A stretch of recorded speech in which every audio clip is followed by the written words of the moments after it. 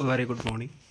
Today we are going to discuss about English first language, SSLC first poem to a pair of Sarus cranes, written by Manmohan Singh.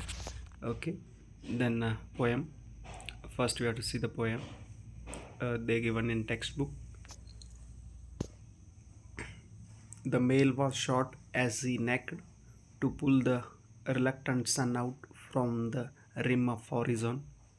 She fled crying as he was picked up, hands and jaws, and a proud neck was humbled to lie like a dirty linen in a coarse washing bag. She circled the sky in moments of grace over his disgraceful end. The killers went away and she returned to the death scene with grief that inscribed its intensity in dots and pits, like the Morse code of bird's sorrow transmitted to the air. With her beak, she kissed a few feathers, picked the ones that wind had not taken away, and sat to hatch the blood-stained feathers into a toddling chick. A wave of the sea she had never seen came to her from far away and carried her to him. She went away beyond Hume's words, beyond the legends and fables of human love.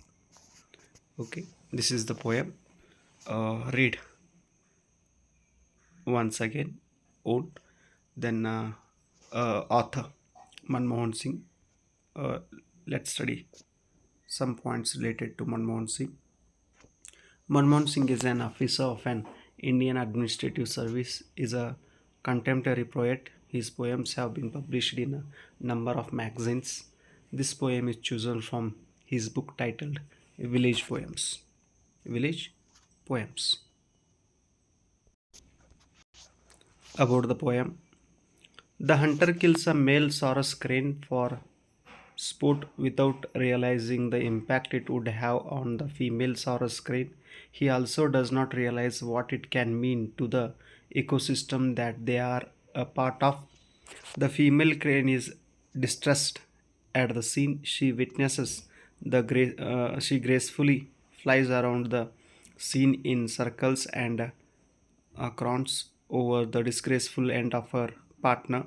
The bird cries over the careless disregard and lack of dignity with which the dead bird is picked up by the callous hunters. She encircled the death scene, making a shrill cries over it.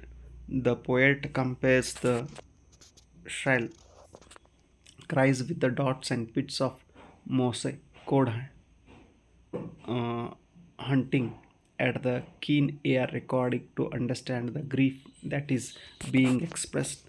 The female crane then pecks at a few feathers of the male crane and, in a desperate attempt to bring the male crane back to life, tries to hatch the feathers to a toddling chick.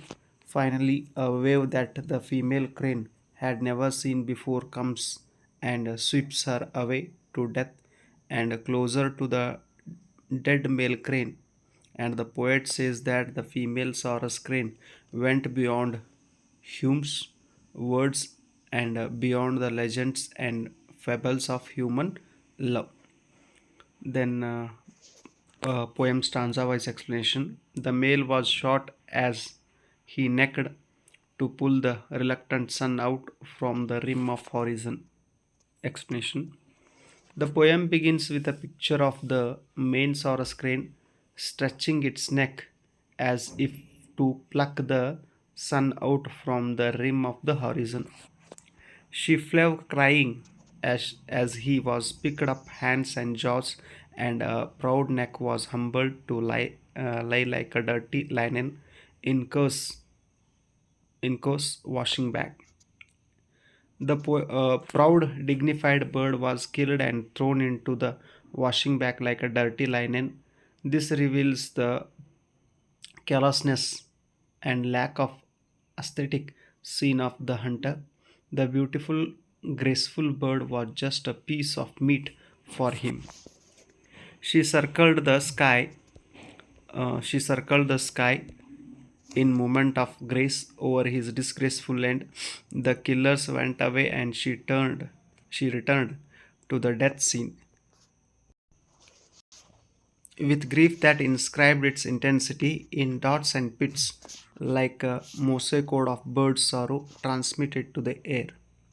The bird circled the sky with a grace, mourning over the disgraceful end of its partner. After the killers had left the place, the female bird returned to the death scene and kept flying around, uh, whining for its companion with short and long wails resembling the mosaic code.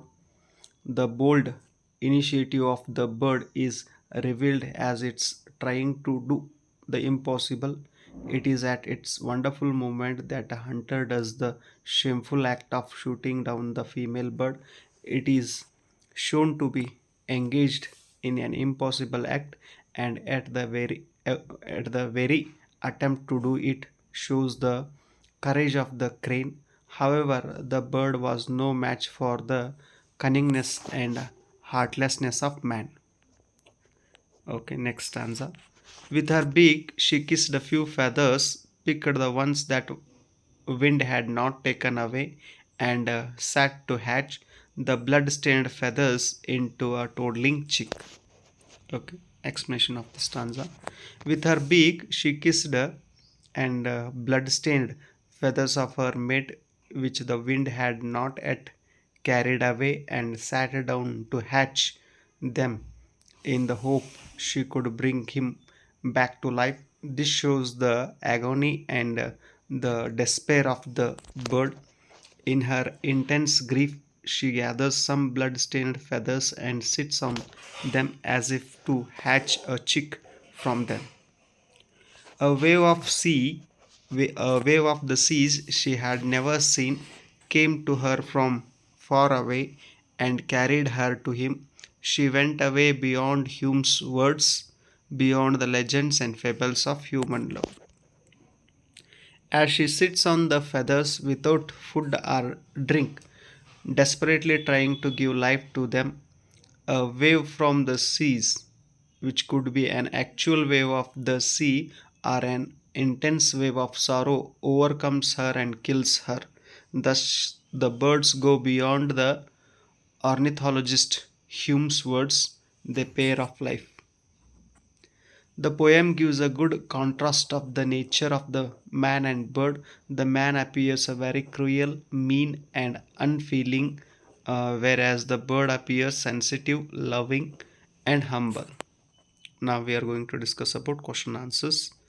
Okay, question main number 5, question and answers. First one, the time of the day suggested in the poem sunrise, sunset, either sunrise or sunset, not clear. Then its answer option A, sunrise. Option A, sunrise. The sun is described as the reluctant sun. It means that the sun was unwilling to rise. The male bird was impatient. It was the bird's feeling that the sun was reluctant to rise. The sun always takes more time to rise to set. Then its answer option A, the sun was unwilling to rise. Then third one,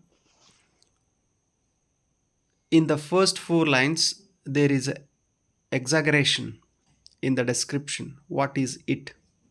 The male bird is shown as a bending to pluck the sun out from the rim of the horizon. Certainly, the bird cannot touch the sun with its beak or even reach the horizon. The bent neck of the bird and the eager movements of the bird are shown thus. B. What is the figure of speech used here? The figure of speech used is here hyperbole. Hyperbola. Fourth one, how was the majestic neck humbled by the hunter? The neck of a Sarus crane is very long, graceful, and beautiful. At a time when a bird was stretching its neck and trying to do something impossible like pulling the sun out of the rim of the horizon. The bird was shot in the neck. When it fell down dead, the hunter, without paying any attention to the beauty that was lost through his action, casually picked up the bird's hands and jaws, crumpled it like a piece of paper, and threw it into his bag without a second look at it. In this manner, the majestic neck has humbled the hunter. Fifth one, the expression picked up hands and jaws suggests uh, callousness of the hunters, heartlessness of the hunters, urgency of the hunters, cruelty of the hunters.